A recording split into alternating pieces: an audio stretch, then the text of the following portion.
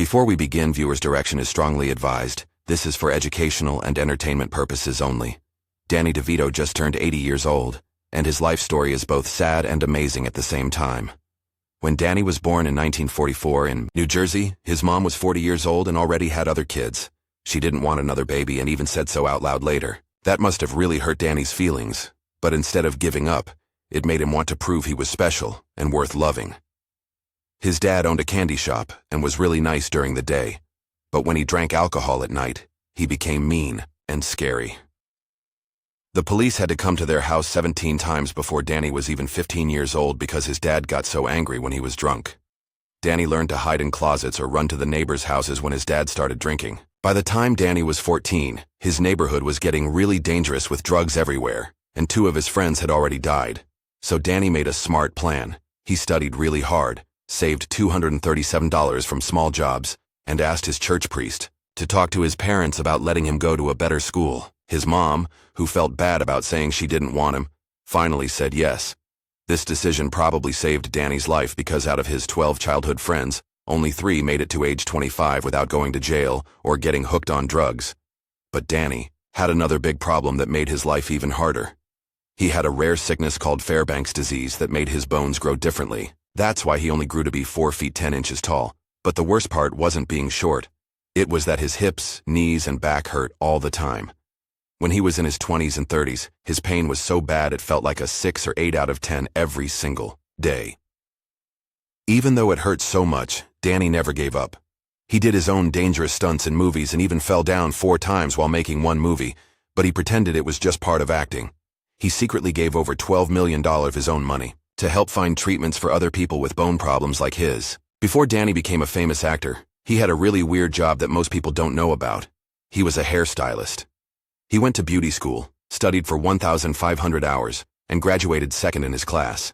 He worked at his sister's hair salon and got so good at cutting hair that people would wait months to get an appointment with him. One day while he was doing a woman's hair, her husband, who worked in theater, told Danny he should try acting in a play, and that's how his whole acting career started. Danny moved to New York City and shared a tiny bug-filled apartment with his roommate Michael Douglas. They were so poor they could barely pay their $75 rent and ate beans from cans. Years later, Michael helped Danny get his big break in One Flew Over the Cuckoo's Nest.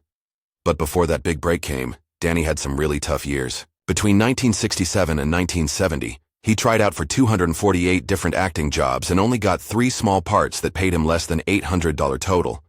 To survive, he took weird jobs like parking cars and cleaning animal cages at the Los Angeles Zoo. For a while, he had to live in his old car, take showers at the YMCA, and eat at soup kitchens. Hollywood people wanted to change how Danny looked.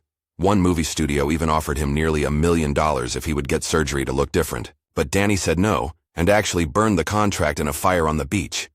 He refused to become someone else just to be famous. He told one casting director, "I'd rather be a first-rate version of myself than a second-rate version of someone else." When his father died in 1972, Danny was so upset he applied for a job at the post office and thought about giving up acting forever.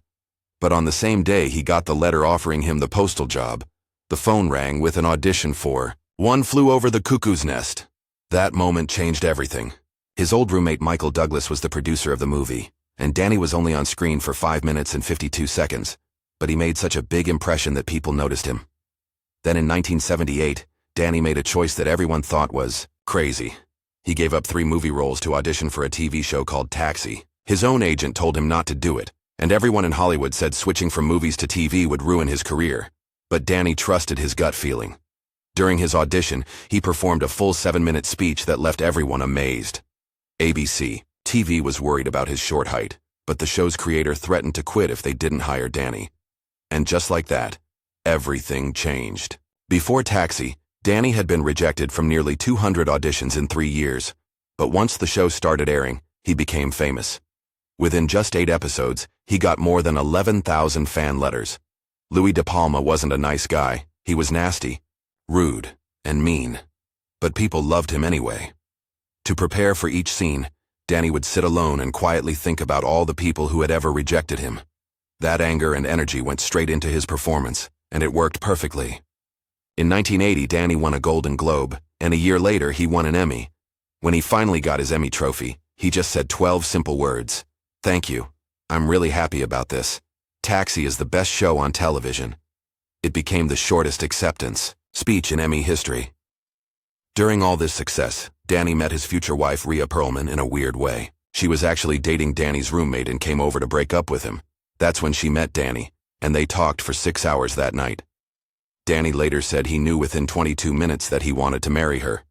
A year later, Rhea joined Taxi to play Carla. The producers didn't even know they were dating in real life. Once Taxi ended in 1983, Danny successfully jumped to movies. He got roles in Terms of Endearment, Romancing the Stone, and Ruthless People. Then in 1988 came Twins, where the crazy idea was to pair Danny with huge Arnold Schwarzenegger as long-lost twins. It sounded like a joke, but it worked. The film made $216 million worldwide. Each man earned around $35 to $40 million. That movie proved you didn't need to be tall or handsome to carry a movie. Danny also became a movie director and producer. In 1992, he started Jersey Films, which became one of the most powerful independent studios of the 1990s. In 1994, they took a huge risk on a wild script that became Pulp Fiction. When one studio passed on it, Jersey Films kept it alive and helped make it a classic. In 1996, Danny directed Matilda, where he played the awful father. What made it special was what happened behind the scenes. The young star Mara Wilson was dealing with her mother's cancer, and Danny and Rhea cared for her like family.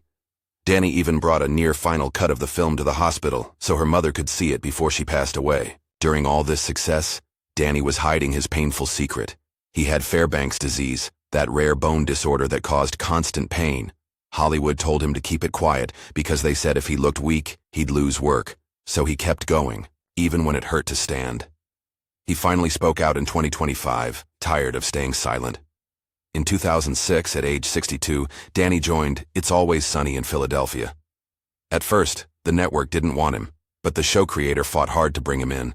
And it worked. Ratings jumped by 227%. Danny wasn't afraid to go all in for laughs. He covered himself in hand sanitizer and slid naked across the floor, popped out of couches, and even bathed in trash water. When someone asked if it was too much, he said, "At my age, vanity is just another word for missed opportunity." In 2012, Danny and Rhea separated after 30 years of marriage, which shocked everyone. They went to therapy for 38 sessions but couldn't fix it. Even after their separation, they never divorced. In 2019, Danny bought a house less than a mile from Rhea's. They still talked every Wednesday and Sunday, and every month they met at the same restaurant at the same table, just like old times. Recently, in May 2025, Danny made headlines when he appeared on Jimmy Kimmel Live, and what started as a regular interview quickly turned into a big argument. The moment went viral, with clips flooding social media. Some people cheered him on, seeing it as a rare, honest moment. Others called it unprofessional. Danny posted a message online with no apologies. "I stand by everything I said. Sometimes the truth isn't easy to hear, especially under the lights." Even with all the controversy, Danny Devito hasn't faded away. He's still working and creating. At 79, he's producing a sports documentary series called Game 7 for Prime Video with his kids. And of course there's It's Always Sunny in Philadelphia, where he's been playing Frank Reynolds since 2005.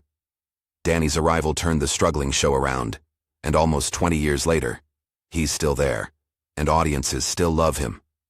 Danny DeVito's story shows us that being different isn't something to hide. It's something that can make you special and help you succeed in ways you never imagined.